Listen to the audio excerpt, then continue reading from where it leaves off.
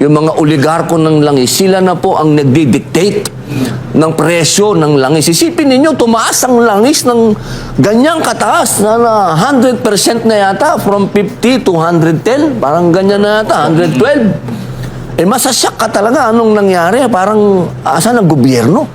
Wala po tayong magagawa dahil yan ang batas. Kaya ngayon po, meron po tayong mga hakbang dyan sa Senado na yung batas po na yan, kung hindi ma-emendahan, ay ma-repeal yan. Hindi po tayo papayag na ganito ang gagawin sa atin para tayo mga alipin nitong mga oligarko ng langis. Alam mo, tumpak, nadali mo, boy. Hindi ka talaga nagkamali ng sinabi. Talagang nadali mo. Sa pool, bullseye. Yan talaga ang katotohanan dyan. Na talaga ang mga langis na yan, old stock pa yan ngayon ang ginagamit ng mga langis na yan. Hindi pa yan affected sa pagtaas ng langis dahil mga old stock pa nga nagamit ang langis ngayon na pinataasan nila.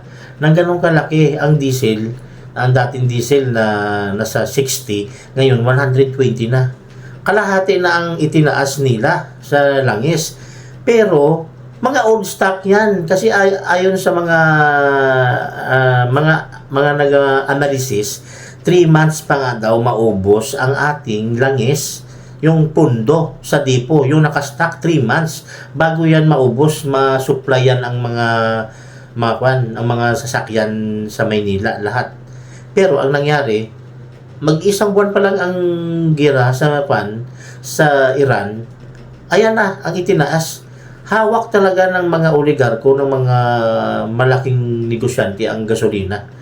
Kaya hindi yan dapat magtaas. Ito, ipakita ko rin sa inyo ang langis kung sino ang pinakamataas talaga na